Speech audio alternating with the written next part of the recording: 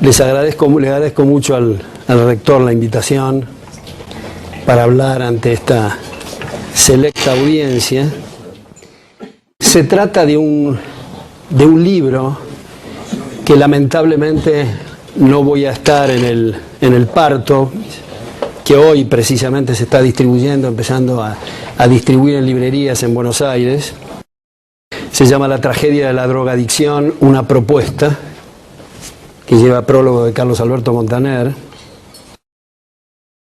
Y en este resumen que voy a hacer con ustedes, y después me gustaría oír las críticas y las reflexiones que ustedes tienen de este resumen, en el resumen voy a excluir referencias bibliográficas, voy a excluir estadísticas y voy a excluir casos para tratar de ir al eje central de este trabajo, y al mismo tiempo lo voy a presentar, se me ocurre presentarlo en una secuencia de distintos puntos, porque si empiezo a articular y a hilvanar y a hilar, digamos, los distintos puntos, voy a consumir más tiempo del que es prudente en esta reunión. El libro en realidad se refiere a las drogas como un problema límite, un caso límite en la sociedad abierta, pero trata fundamentalmente de lo que significa el liberalismo desde el punto de vista, por lo menos apunto a eso, desde el punto de vista ético, desde el punto de vista filosófico, jurídico y económico, de manera que es un proyecto bastante ambicioso. Entonces lo voy a dividir en estos puntos que acabo de señalar. Primero, la tesis central del trabajo alude a que no debe criminalizarse aquello que no es un crimen, que no debe confundirse, esta es la tesis central, que no debe confundirse las lesiones o el daño que una persona se autoinfringe respecto de los daños que puede causar a terceros. Esta distinción es un aspecto central, como digo, de esta tesis. Y este es el caso, a mi juicio, de las drogas. Ahora, paralelamente a este eje central, desarrollo una serie de tesis paralelas que, aún no compartiendo esas otras tesis, no tiene por qué, me parece, comprometer el aspecto medular o el aspecto central del trabajo. Segundo, como indica el título, la drogadicción es una tragedia. La drogadicción eventualmente produce daños irreversibles en el cerebro y masacres psíquicas de distinta naturaleza. Tiende a distorsionar los sentidos y la capacidad perceptual. Los procesos de abstinencia producen un gran dolor y angustia, aunque debe precisarse a esta altura que una cosa, para matizar, una cosa es el uso y otra cosa es el abuso de las drogas, lo mismo que cuando estamos hablando de alcoholismo, no estamos hablando necesariamente de estados de delirium tremens. Entonces una cosa es el uso, otra cosa es el abuso. Esto es, un poeta que se cree más inspirado cuando se droga, o el operador eventualmente de Wall Street que cree que es más eficiente en sus operaciones si se droga, no implica que se trate de una persona que esté lesionando derechos de terceros. Por lo tanto, el aparato de la fuerza en una sociedad abierta, que debe estar destinado exclusivamente para fines defensivos, no tendría que entrometerse.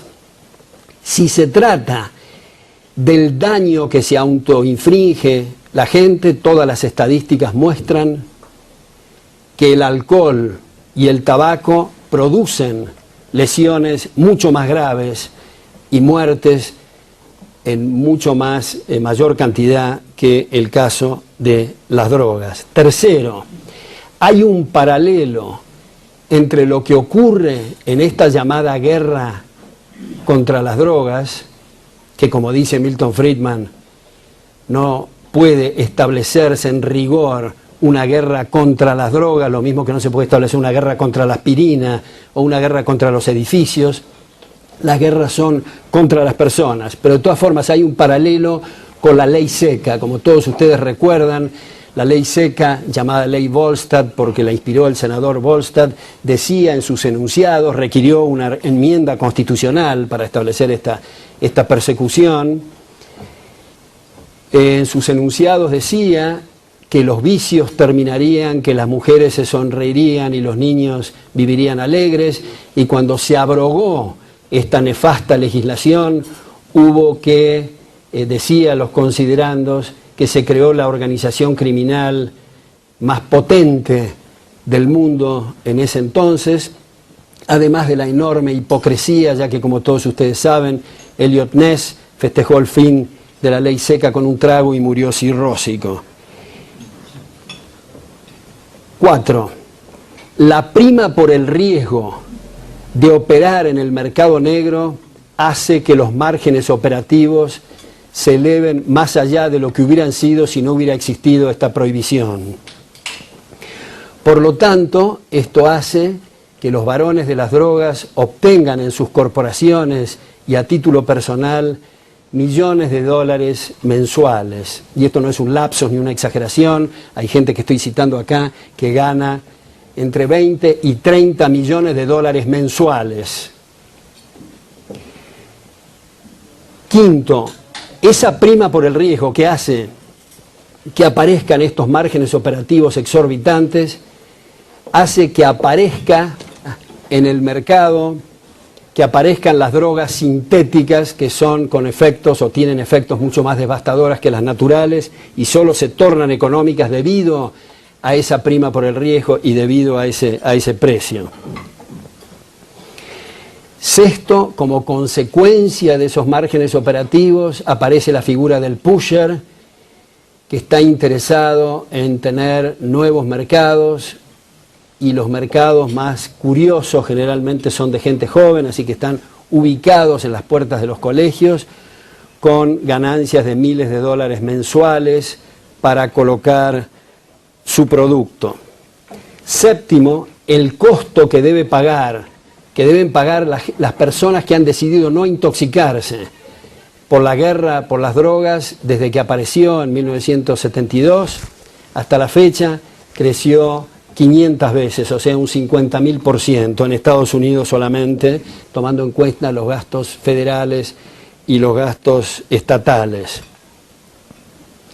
Octavo, aparece el fenómeno de las contabilidades oscuras o de los lavados de dinero, que en realidad, como se trata de acciones libres y voluntarias entre las partes, y no hay, por lo tanto, víctimas y victimarios, lo del lavado da una sensación como si se tratara de una cosa sucia, pero se obliga en estas contabilidades a que se tiña las acciones que por su naturaleza son criminales hacia negocios lícitos. Porque lo que en Occidente, lo que en el llamado mundo libre se entienden que son los pecados capitales, es el negocio de la droga, que es consecuencia de la intervención estatal, como acabo de apuntar, la prostitución, que es consecuencia de arreglos libres y voluntarios entre las partes, el contrabando, que es algo muy atractivo y beneficioso para los distintos países, puesto como que se ha dicho y se ha repetido, en realidad el contrabando viene a subrogar el comercio libre. Si no existieran aranceles o si hubiera aranceles cero y tipo de cambio libre, no habría tal cosa como contrabando. Los juegos clandestinos, que siempre me ha parecido un absurdo total, el extremo de los absurdos, que gente adulta no pueda jugar a determinados jueguitos que no impliquen lesionar derechos de terceros, es solo un pretexto para las corrupciones de los agentes de policía y de los distintos gobernantes. Y por último, la evasión fiscal, que es en muchos casos, cuando la presión tributaria es exorbitante y hay dobles y triples imposiciones, es el derecho a la defensa propia de los ciudadanos, y el concepto liberal o la sociedad abierta está muy atada a la rebelión fiscal, que es un concepto de gran utilidad, digamos, en sociedades abiertas, desde la revuelta por los impuestos al té en los periodos de la Revolución estadounidense. Noveno, como consecuencia de estos márgenes operativos tan exorbitantes, se comprueba que hay una alta dosis de corrupción en los agentes de la DEA, en la policía, en los gobernantes, en los políticos. Prácticamente no quedan excluidos políticos que no estén vinculados al negocio de la droga, en la CIA, en el FBI y en todas las oficinas que son teóricamente encargadas para proteger derechos.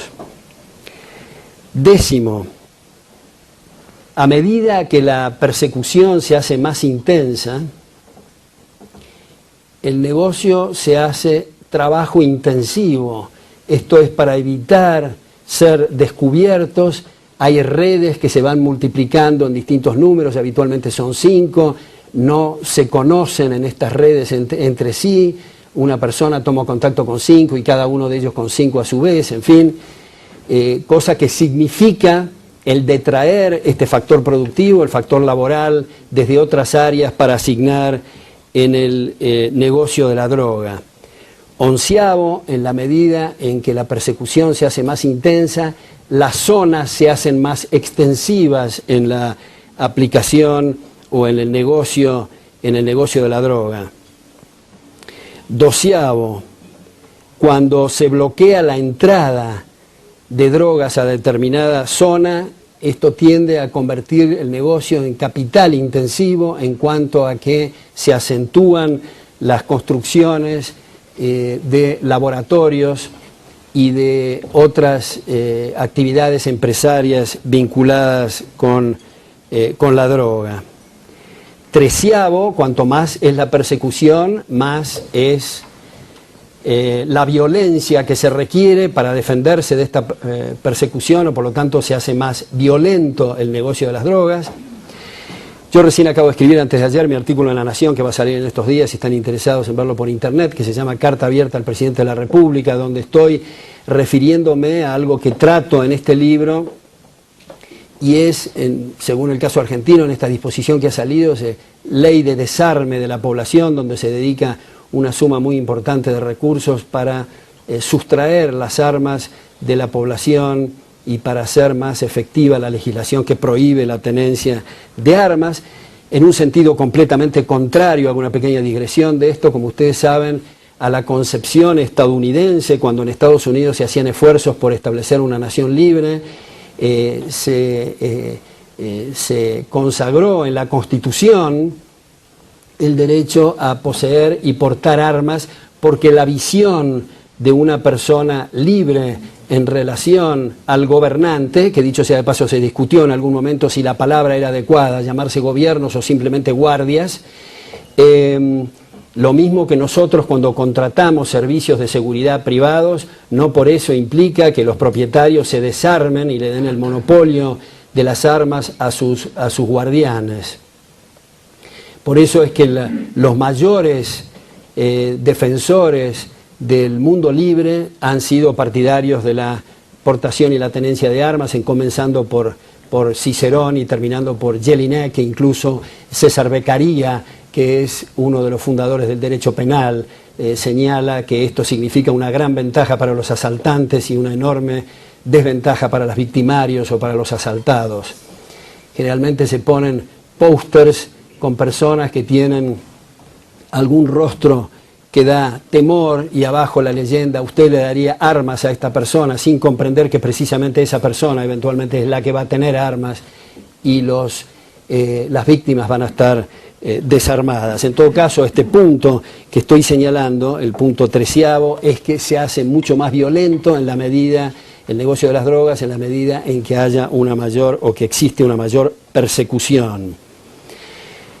14º, En la medida en que la persecución se hace más intensa, hay una tendencia a contratar a menores porque son inimputables. La cantidad de menores incluidos en el negocio de la droga también es algo que llama poderosamente la atención. Quinceavo, debido a que el negocio de la droga opera en la clandestinidad o en los mercados negros, resulta difícil el control, por no decir imposible, de calidad de lo que se está entregando. Y también esto afecta en alguna medida las drogas que son para usos medicinales y son para usos terapéuticos, que hay miedos y problemas en involucrarse en este mercado. 16. Todas las personas que operan en las drogas están obligados a entrar en el circuito criminal, por lo tanto no tienen la contención de médicos ni de tribunales, puesto que si hay un fraude o hay un engaño, quienes han operado en el mercado de las drogas no pueden denunciarlo porque se estarían autoinculpando. 17, la cantidad de muertes de inocentes que pongo en este libro de distintos ejemplos y distintas fuentes bibliográficas es algo alarmante, incluso en algunos barrios de Washington donde está el zar de la antidroga, y es curioso que se use un nombre ruso, ¿no? Zar, de la antidroga. En algunos barrios, como digo, de Washington, hay profesoras que les dicen a sus alumnas y alumnos en el colegio que vayan a estudiar y hacer los deberes en el baño para protegerse de las balaceras y de los tiroteos que hay.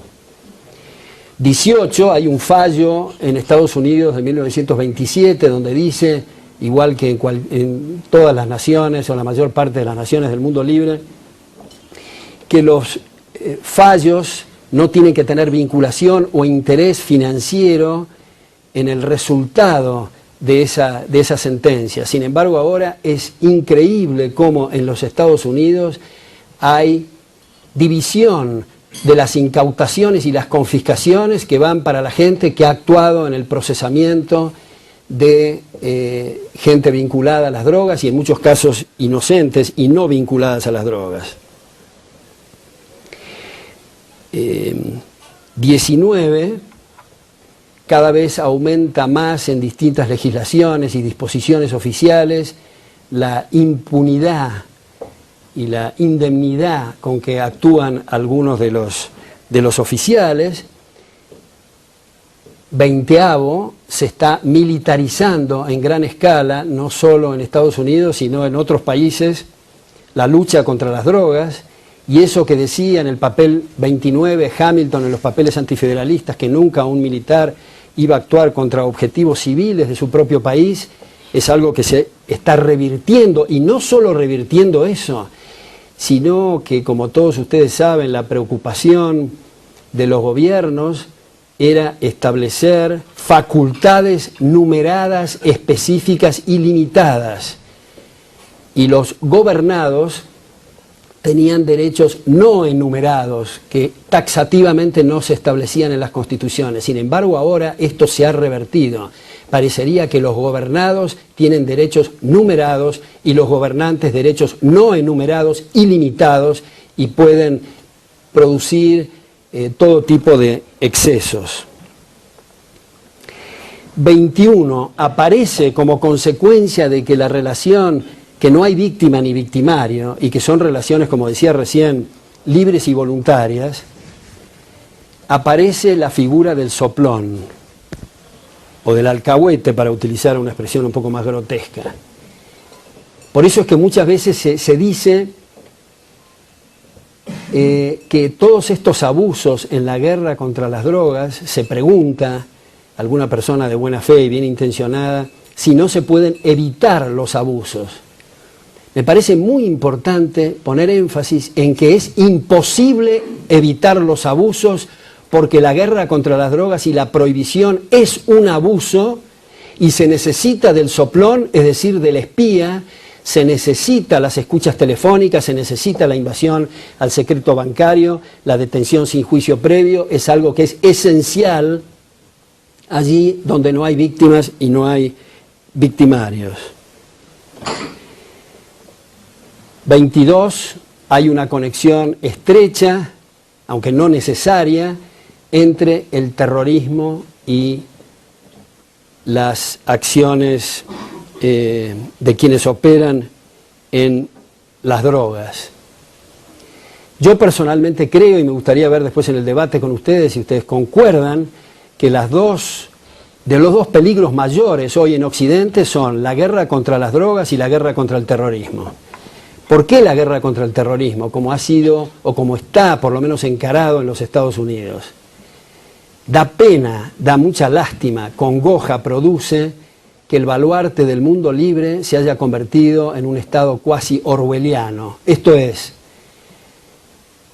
con el pretexto o bajo el argumento de dar mayor seguridad, porque en el fondo, ¿cuál es el problema del terrorismo?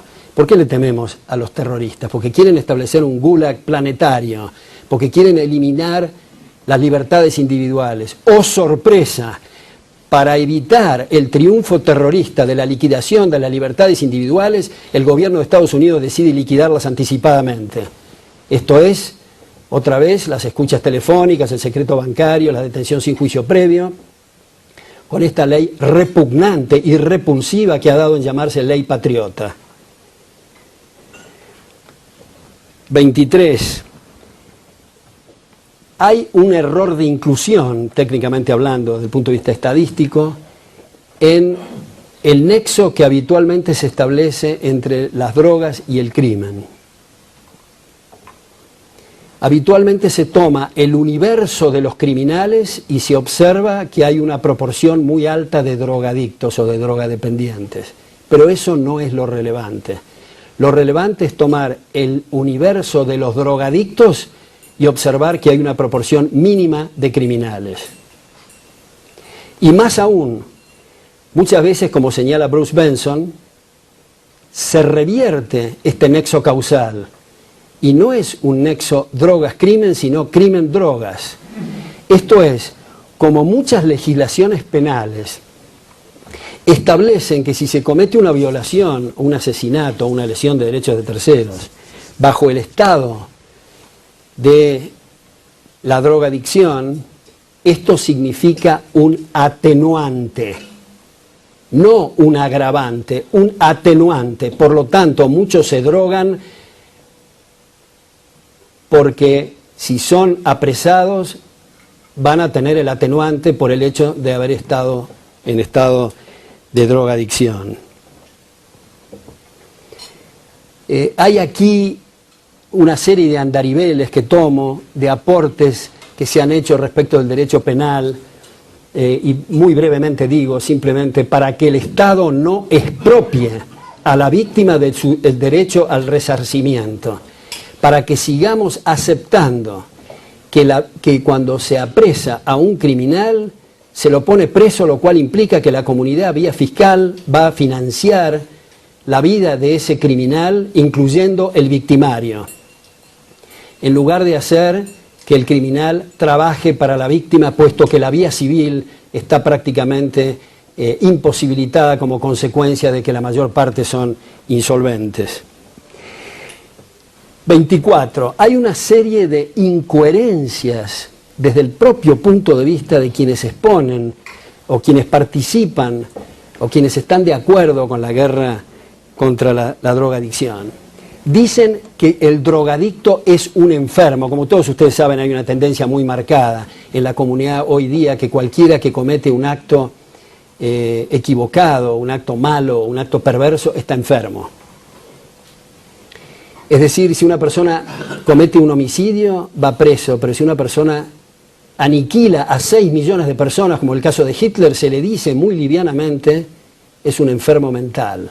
Está loco, lo cual significa, desde el punto de vista penal, que es inimputable. Yo creo que es muy interesante explorar, abordar y estudiar los trabajos de Thomas Szasz en este sentido, que explica que desde el punto de vista patológico una enfermedad es una lesión orgánica. Es una metáfora sumamente peligrosa, pastosa y resbaladiza el decir que hay una enfermedad de la mente, de la psique o del alma. Pero lo curioso es que se dice que está enfermo y van presos. Se dice que se los quiere cuidar y se los castiga.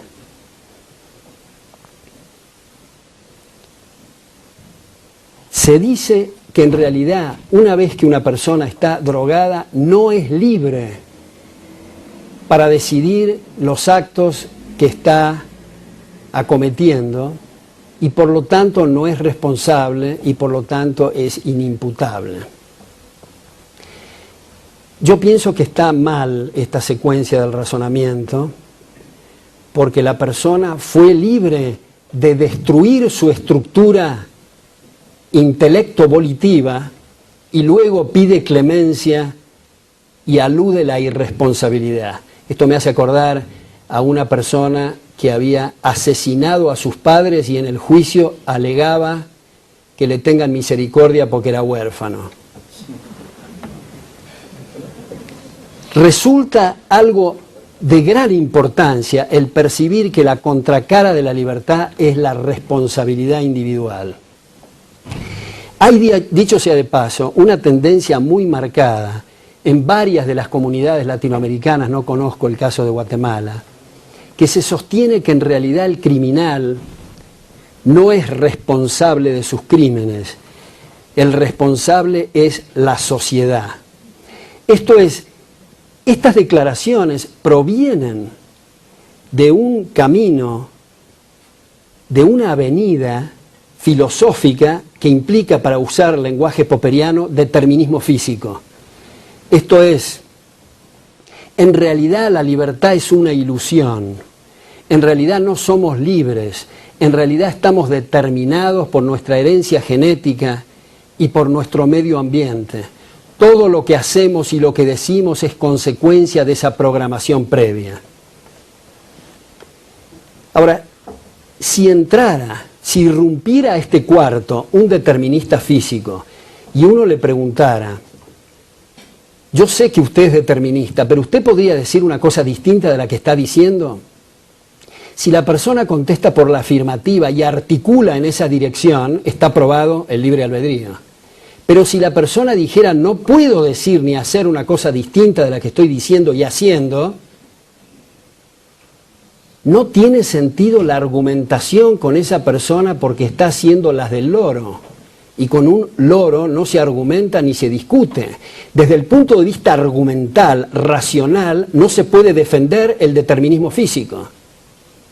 Las proposiciones verdaderas y las proposiciones falsas, la idea de revisar nuestro propio juicio, la idea de pensamiento y de argumentación, solo caben en un contexto de libre albedrío. Y la contracara de ese libre albedrío es, como decimos, la responsabilidad individual. 25.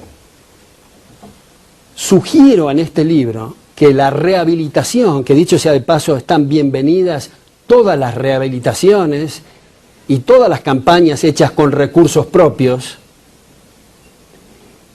pero en esta instancia del proceso evolutivo, cultural, sugiero que los ya existentes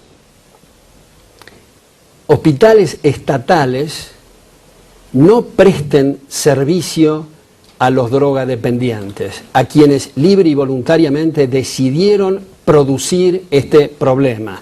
Porque como dice Thomas Szasz, esto no es una enfermedad en el sentido patológico como es la diabetes o la tuberculosis, el cáncer o el SIDA. Es algo que se interrumpe con el dejar de continuar con esta drogadependencia.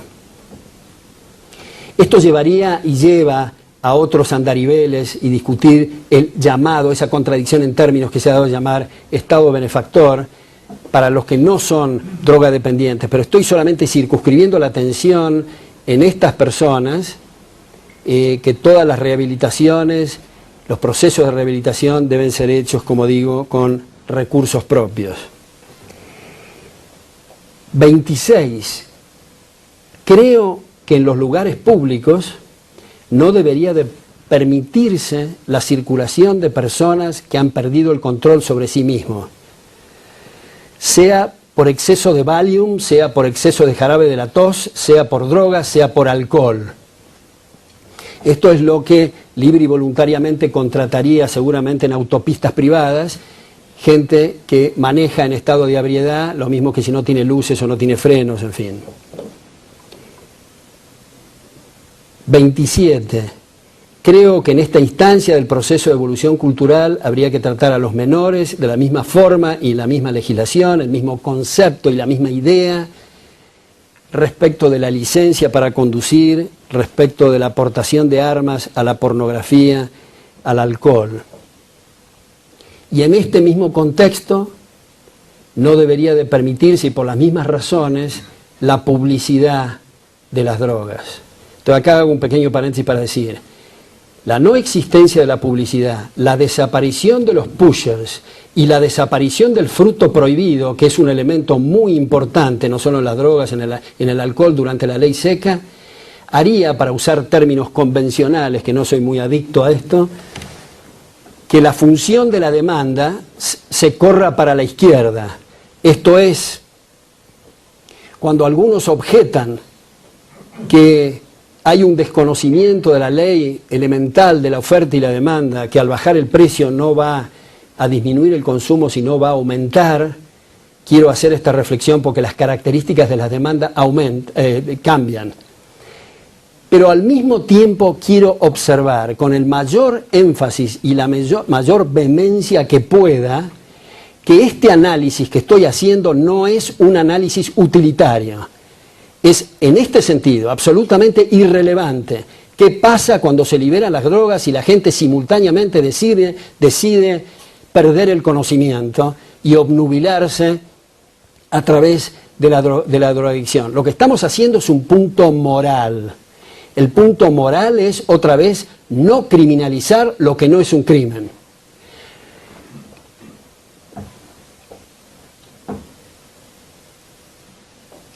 ...28...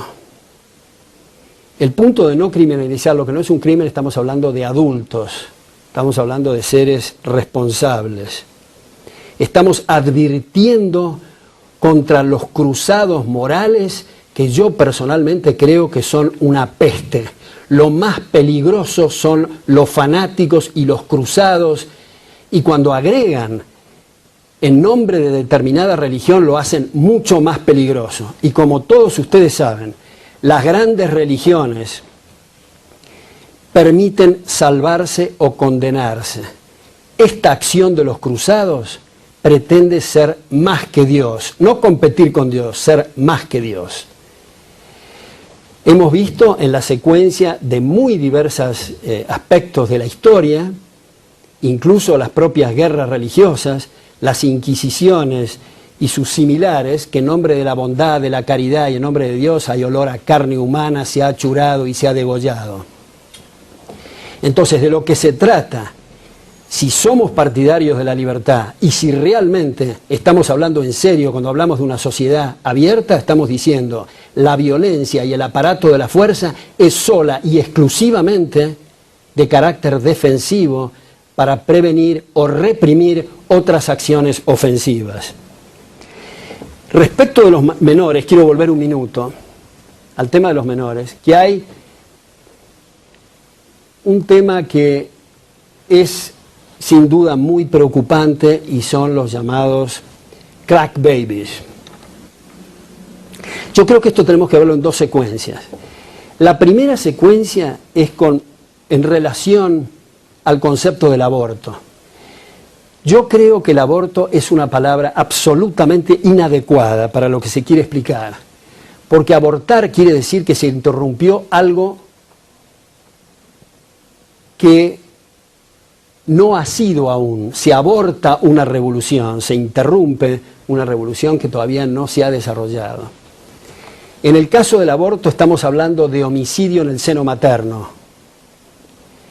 Estamos hablando que desde que la microbiología muestra que en el instante que el espermatozoide fecunda el óvulo hay un ser humano en acto, no en potencia, en acto, y todos estamos en potencia de distintas cosas para tener uñas más largas, canas y muchas otras cosas en nuestros caracteres y en nuestras formas de ser, la persona que aparece después de la fecundación del óvulo tiene la carga genética completa. A partir de ese momento es un tema solamente de desarrollo. Ahora bien, si se condena el aborto como un homicidio en el seno materno, y si pueden actuar ante los tribunales los parientes de la víctima que se ha asesinado, o simplemente subrogar de facto porque hay un asesinato, digamos como en la antigua China, que mucha gente se hacía adoptar los que no tenían parientes por otros a los efectos de no ser una víctima que no tenga castigo. También modernamente podemos decir que una persona puede de facto subrogar y actuar en defensa de la persona asesinada. El caso del crack baby, que tiene sus lados fronterizos y difíciles, es que si bien es cierto, la madre, en el caso del aborto y en el caso del crack baby también, es dueña de su cuerpo, no es dueña del cuerpo de otro. Entonces, el producir malformaciones deliberadamente en una persona debería de ser penado. Y ya sé que hay discusiones colaterales que se pueden llevar a cabo acá, qué tal si la mujer hace demasiado jogging, qué tal si fuma, qué tal si toma demasiado alcohol, qué tal si usa música, si oye música estridente, en fin, acá de lo que se trata son juicios prudenciales, y digo, este es un límite y una frontera que no puede traspasarse y se trata de deformar una persona deliberadamente. En el punto 28 decía que es un tema de adultos y de responsabilidad, y las causales que se me ocurre y se nos ocurren que son posibles para comenzar con la drogadicción, una de ellas es debido a la legislación penal que ya comentamos, debido a que tienen atenuantes y no agravantes. Otra es gente que es incapaz de hablar en público sin drogarse, o cantar en público, o socializar sin drogarse, o simplemente por curiosidad, o simplemente por rebeldía. Cualquiera sean los causales, desde luego que esto no se corrige o no se mitigan estas causas a través de la drogadicción. Lo que sí creo que es importante en estas causales es no meter el tema de la pobreza. En muchos casos, cuando se está hablando de temas de delincuencia o se está hablando de temas de drogadicción, se saca a relucir el tema de la pobreza. A mí me parece algo ofensivo, porque siento que están insultando a nuestros ancestros, puesto que todos los que estamos en este cuarto y los que no están en este cuarto venimos de las cavernas, cuando no del mono. Entonces decir que la gente pobre es criminal, o gente que no tiene principios o que se droga, me parece que es un error. Ahora, desde el punto de vista de las estadísticas, puede ser que haya más gente de menores ingresos que va presos por las drogas respecto de la llamada alta sociedad, donde hay un grado altísimo de drogadependencia, pero como tienen habitualmente nexos absolutamente abominables con el poder político, no van presos. Entonces, la concepción que se tiene, aprovecho para decir, muchas veces, en muchos lugares, de la justicia es que el ladrón de gallinas va preso, pero el empresario que se lleva medio país puesto y abre cuentas numeradas en otro lado, fruto de recursos ilícitos o mal habidos, o el político que procede de la misma manera y a veces en algunos lugares con mucha naturalidad se dice, sí, es cierto, aumentó su patrimonio porque fue presidente de la República. Me parece algo detestable, vergonzoso, inmoral, y me sorprende realmente la paciencia de mucha gente para absorber y digerir ese cuadro de situación.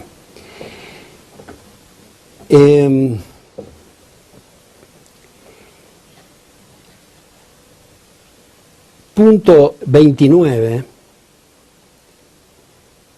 Es indudablemente muy difícil terminar con la prohibición de las leyes contra las drogas, puesto que hay muchos intereses creados. Hay un autor que cito acá, Isaías Newman, donde muestra, y si uno se imagina verticalmente la producción de las drogas y le agrega la vinculación horizontal de las distintas empresas, de los agricultores, de los fumigadores, de los banqueros, de los economistas que manejan las carteras, en fin, es múltiple, para no decir nada, de políticos. Hago un paréntesis, las cosas ad hominem no me gustan, acá en el libro hago varias cosas ad hominem, pero en fin, a mí me tenía convencido personalmente el general Banzer en Bolivia, que era una persona que me parecía que merecía la mayor estima, en fin, y veo en todas las documentaciones que el general Banzer, su hermana, su madre, su tío, dos de los hermanos de él, estaban todos metidos en el negocio de la droga mientras aceptaban millones de dólares de Estados Unidos para combatir la drogadependencia. Como digo, es muy raro encontrar algún gobierno que no esté metido en el negocio de las drogas. 30. Se dice que si hay un país que libera las drogas, eso va a ser un foco de atracción para que vayan todos los drogadictos del planeta. Yo creo que si en ese país no se puede drogar, no puede haber drogadicción en la vía pública, que si la atención de los hospitales estatales está excluido los drogadependientes, que si no encuentran trabajo por las razones, si hay exceso en las drogas, resultará más fácil, en lugar de pagarse el flete, esto es el pasaje a ese país, es importar, digamos, la droga. En este sentido, no hay una experiencia empírica realmente concluyente en cuanto a qué sucede en el caso de Holanda, por ejemplo, donde hay muchas limitaciones en cuanto a la drogadicción, aunque hay estadísticas que muestran que después de la liberación de la marihuana, de la cocaína, bajó el consumo en Holanda si se toman los holandeses y subió apenas un poco si se toma gente que ha ido de otras partes del mundo. Pero de todas formas, ahí hay cuotas, hay una legislación muy, a mi juicio, muy errada en cuanto a los lugares públicos, donde se establecen determinados lugares donde la gente se puede drogar, donde hay problemas graves con las jeringas y las infecciones consecuentes, etc.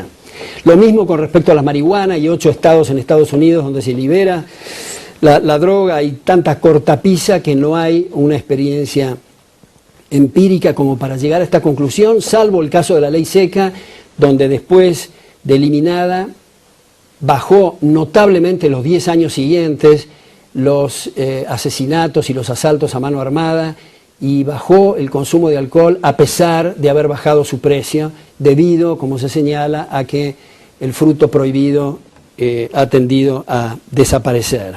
Pero otra vez, la tesis acá no es una cosa utilitaria de cuál es la consecuencia, liberamos o no. Esto es, respetamos o no al prójimo según cómo sean las consecuencias de esta legislación.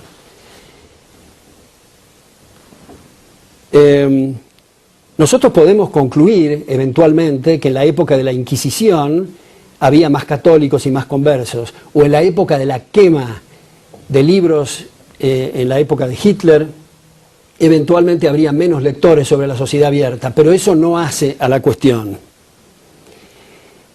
Ahora, el punto, cuando empezamos el debate, me gustaría, les sugiero, ustedes verán, que no vale la pena perder tiempo señalando los graves problemas que crea la drogadicción. Eso ya lo sabemos. El tema es los graves problemas que crea la legislación antidroga. Entonces, preguntamos, por último,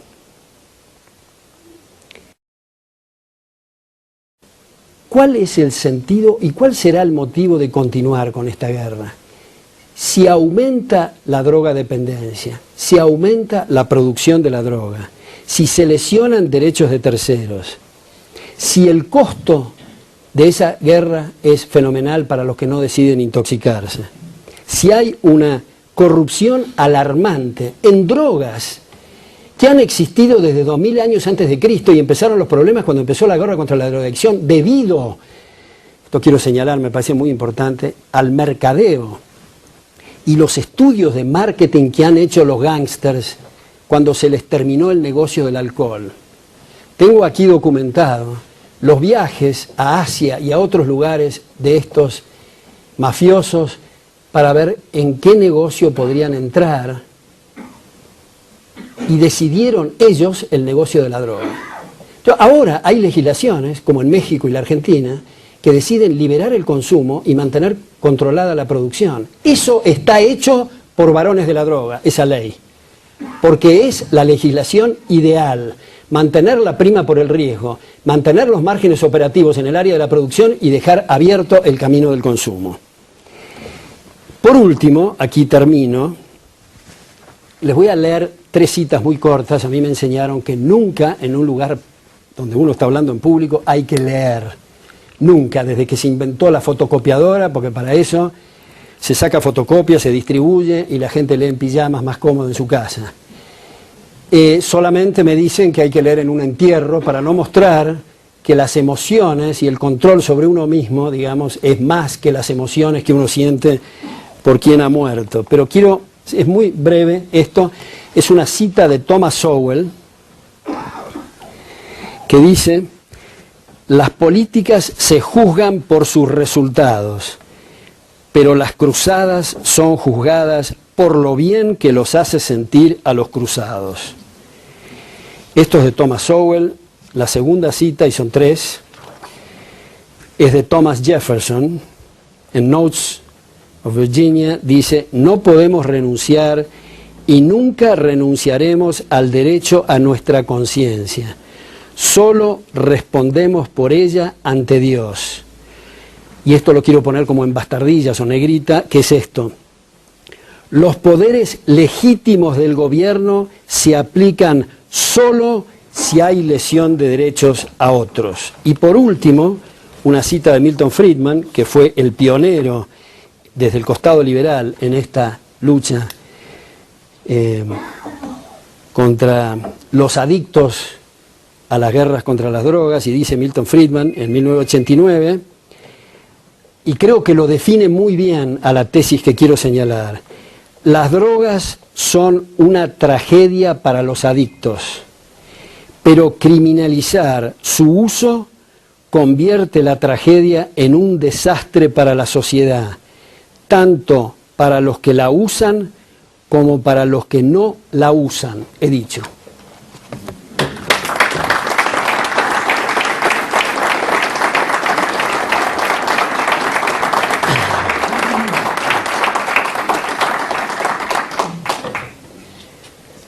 Sí. Ciertamente el argumento es moral, como usted lo ha definido, pero para poder vender el argumento creo que hay que recurrir a los 30 motivos utilitarios, porque en realidad todos fueron utilitarios, y el que más me llama la atención a mí es el tema que se pudiera vender, es el tema de la reducción de la criminalidad y todos los efectos colaterales del lavado de dinero, militarización de la sociedad, etcétera, que se mencionaron.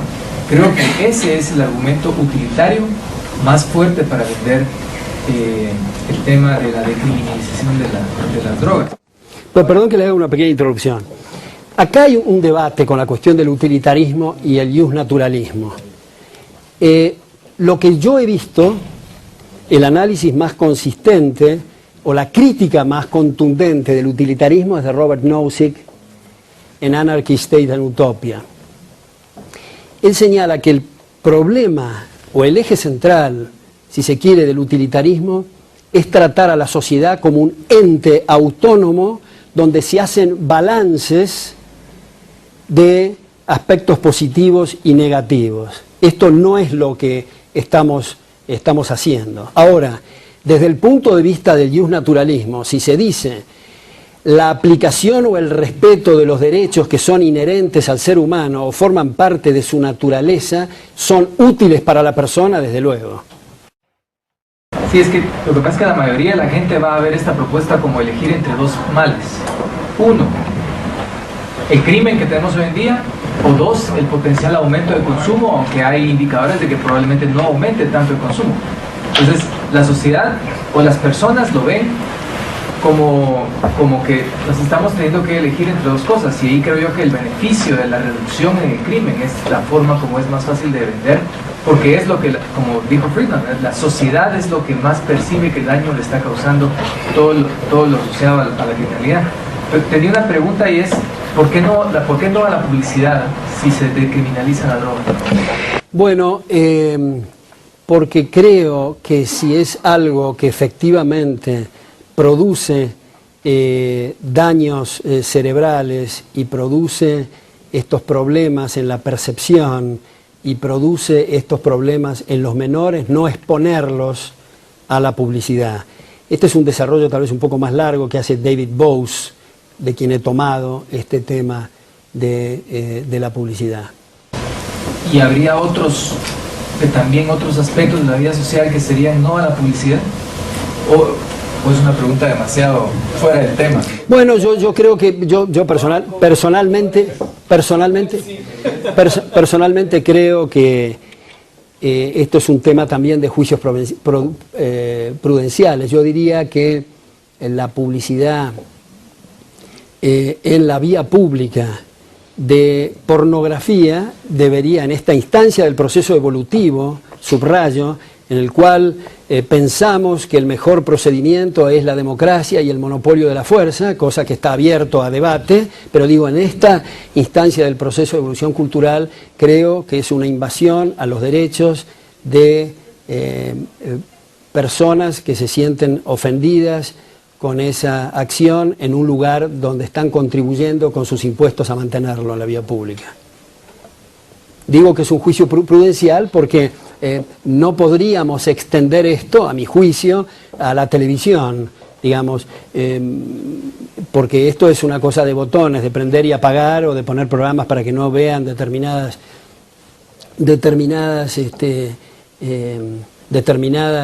programas. Entonces es lo mismo que echarle la culpa de la gordura o la obesidad a la heladera. Digamos, este es un tema que depende de los padres, y que en un momento dado en el que estamos, donde se transmiten los programas vía satélite, no tiene ningún sentido ni siquiera la protección del horario al menor. O sea, son dos cosas de naturaleza distinta, la vía pública y esto. Creo que la mayoría de los que estamos aquí estamos de acuerdo con la mayoría de los 30 puntos que expusiste. Ha sido siempre un tema libertario estar en contra de la criminalización del consumo de drogas, pero nunca ha sido efectivo el argumento. Es más, han habido plataformas de políticos, de partidos minoritarios que han tratado de obtener votos con esta idea y no han sido efectivos. Nunca ha sido exitoso convencer con tanto argumento racional al público, a los políticos, a los gobiernos que descriminalicen el tema de la droga, y sigue.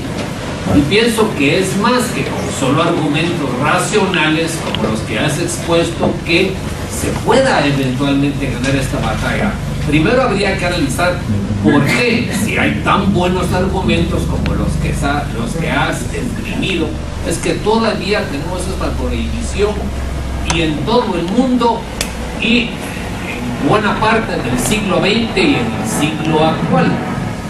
Creo que en todo caso habría que hacer incursiones a otros campos como la teoría de la opción pública, que nos permitiría averiguar de por qué tenemos drogas, o campos de análisis de la psicología, de la psiquis de las personas, del ánimo paternalista, de que se debe cuidar lo que hacen las demás personas, contrario al principio de libertad que esgrimiste al principio, de por qué tenemos el problema.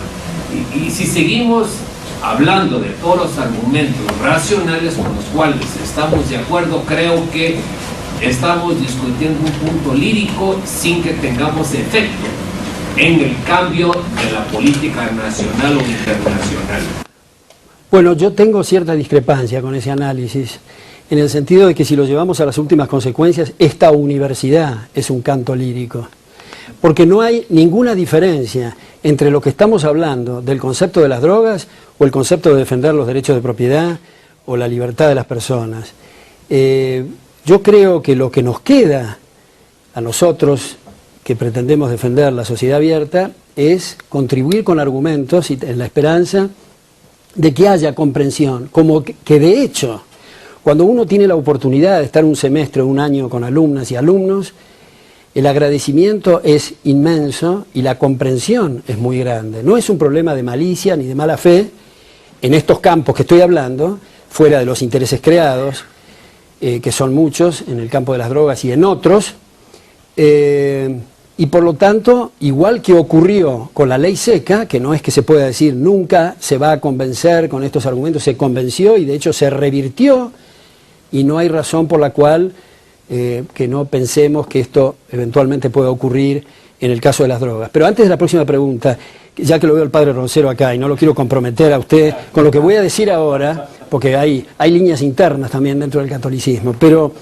yo abro con una cápite general esto, que es del padre John Clifton Marquis, en US Catholic, mayo de 1990, página 14, en un trabajo que se llama Las leyes sobre drogas son inmorales. Y dice el padre Marquis así, en este acápite general: 50 años de legislación sobre drogas ha producido el efecto exactamente opuesto a lo que esas leyes intentaron. Los líderes morales no tienen más alternativa que elegir entre una moral auténtica, la cual produce el bien, y una moral de cosmética que meramente aparece como buena. Las leyes sobre drogas aparentan ser benéficas, pero el defecto trágico de la moral de cosmética, igual que toda otra forma de cosmética, es que no produce cambios en la sustancia. Sí, alguien tenía por acá sí, Ramiro. Me parece que el libro nos va a dar un montón de argumentos más para seguir insistiendo sobre ese tema. Me encantaría que nos hablaras un poquitito, tal vez lo referido. Tú hablaste sobre los soplones y sobre la falta del secreto bancario, etcétera, etcétera. Pero tal vez lo que ha causado las drogas en nuestros países, no solo a la corrupción del sistema bancario, sino en el problema inmobiliario. Realmente, hablando del sistema inmobiliario del país, donde han aparecido de repente una gran cantidad de condominios que nadie sabe quién nos compró, hay un montón de negocios de dónde salió el dinero para construirlos, etcétera, etcétera. Y la otra cosa que me llama la atención, que era lo que está diciendo, con respecto a la publicidad contra el uso de las drogas, que tú estabas exponiendo muy bien, pero ¿te recuerdas? Eso fue un argumento que tuvimos en Chile, que hablamos sobre eso, y ha dado resultado relativo la publicidad que se ha hecho contra el uso del consumo del cigarrillo, llevado a extremos en muchos lados, en el cual la gente ha dejado de fumar. Pero ha dejado de fumar el adulto. Tengo entendido que ha subido las ventas del tabaco en los jóvenes. Así que es un tema que tal vez sería de otra discusión, pero sería interesante ver qué enfoque se le da a esos temas, ¿verdad? Yo creo en los dos puntos que tú señalas, Ramiro. El primero, respecto a los negocios inmobiliarios. En realidad, si se blanquea esto, no habría diferencia que alguien esté comprando porque hizo un negocio con drogas o alguien que hizo un negocio con pollos. La gran cosa oculta es decir acá hay drogas y acá hay, en fin, es como consecuencia de estas leyes que permiten, dicha sea de paso, aumentar en mucho los patrimonios de quienes operan en las drogas. Y respecto de la publicidad, yo lo que me estaba refiriendo es la publicidad en la vía pública a favor de las drogas. Todas las campañas de rehabilitación que se quieran hacer son bienvenidas, con recursos propios, como decíamos. Ahora, ¿en qué medida la gente de bien que quiere influir sobre otras para que no se droga logra sus objetivos? Bueno, es un punto que está abierto. Pero de nuevo, esto es algo que depende de cada uno de nosotros, cómo conducimos nuestras vidas. Todos tenemos nuestro lado oscuro como la luna. No hay nadie que pueda levantar la mano y decir yo no tengo lado oscuro. Ahora, ¿cuáles son los aspectos que nosotros vamos a tratar de corregir, aspectos que no vamos a corregir? Es una cosa que depende de cada uno. Y por eso pongo mucho énfasis en que los aparatos de la fuerza no son para hacer que la gente sea buena, es que no haya lesiones de derechos de terceros, ¿no? Cómo se conducen y si tiene malos pensamientos y qué hace a la cama a la noche y qué los programas que ve, en fin, son cosas privadas. La esfera privada tiene que mantenerse privada si es que queremos tener una sociedad civilizada, porque ya hemos visto en los procedimientos, digamos, con Calvino en Suiza, digamos, Stefan Zweig tiene un libro muy interesante que se llama Castellón contra Calvino y muestra el espíritu totalitario, y cuando empezamos con estas cosas resulta que las mujeres no pueden usar la pollera arriba de la rodilla y tienen que sonreírse de costado y todas estas cosas, y no tiene límite eso. Ahí Albert Camus dice, refiriéndose a Marat, que él decía en la Revolución Francesa, es que ustedes no comprenden que yo solo quiero degollar a 500.000 personas para salvar millones. Ese es el razonamiento. Este es un peligro enorme de ese tipo de gente, yo creo. Y cuando sacan el crucifijo es mucho peor. Por eso, cuando yo lo veo, ahora Bush, en las reuniones de gabinete, persignándose y diciendo que Dios le dijo este plan, me hace acordar a Saddam. Sí. A mí me parece, la exposición me ha parecido estupenda y desde hace años yo estoy exponiendo, al menos en grupos privados, pequeños, estas mismas ideas. O sea, la necesidad de liberar, de no criminalizar el consumo de la droga. Y creo que desde el punto de vista moral cristiano no hay ninguna base para esta prohibición. O sea, no hay contradicción entre la exposición que ha hecho y lo que me parece a mí que es la base de la moral cristiana. Bueno, le agradezco mucho su reflexión, padre Roncero. Además le tengo un afecto muy especial porque usted me abrió las puertas para dar en su instituto teologal seminarios a monjas de María Auxiliadora y sacerdotes salesianos en otras épocas. Pero sí me parece muy importante, y esto me hace recordar, que debido al capricho del presidente de la Fundación Adenauer en la Argentina, que financiaba el CELAM en Tegucigalpa en 1998, me hicieron dar la conferencia inaugural ahí ante los obispos, que se llamaba Liberalismo y Pobreza, y tuvimos algún debate sobre esto, y estaba el obispo de Colombia, que tenía la misma posición que tiene usted, lo único que él coincidía en un debate que tuvimos con el ex ministro de Justicia de Colombia, que decía que no se podía liberar porque estaba el problema de los delitos conexos, que yo decía que eso había que revisarlo. Delitos conexos quiere decir que para hacer el negocio de las drogas había algunos que habían degollado, matado, violado, en fin, y si se eliminaba el castigo a los drogadictos, como la retroactividad en la ley penal, la versión más benigna, ayuda o apoya, digamos, a quienes han cometido esos delitos,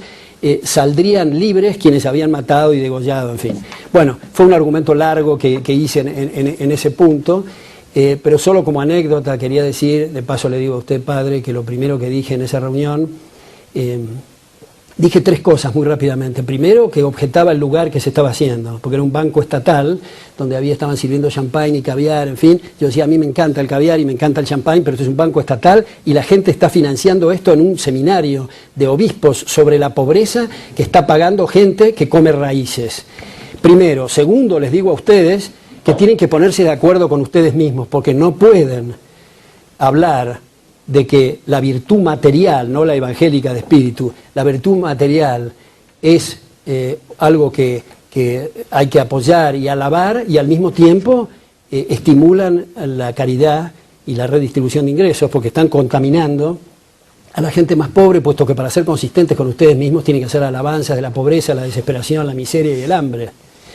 Bueno, ¿había otra pregunta por acá o no? ¿Un comentario? Sí. No es un comentario, no es una pregunta. En una correspondencia que leí de Milton Friedman, él trata de responder al cuestionamiento del tipo.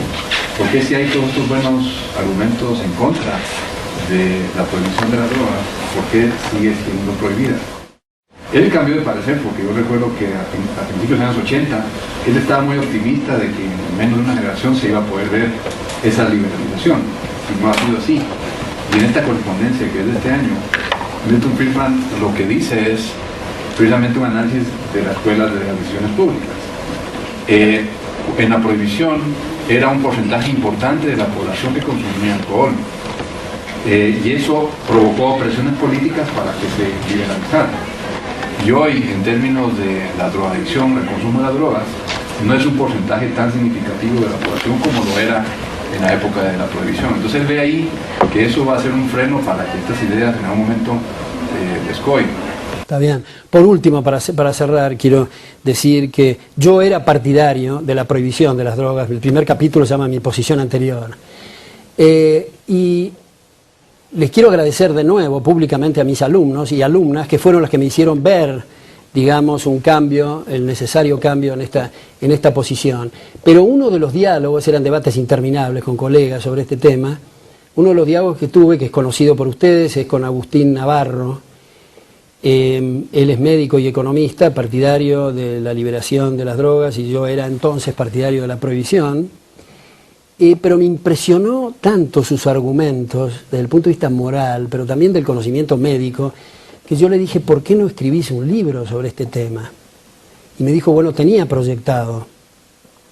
Pero mi hijo, entonces, de 9 años, y mi mujer recibieron amenazas de varones de la droga muy pesados en México y decidí terminar con ese proyecto y no ejecutarlo.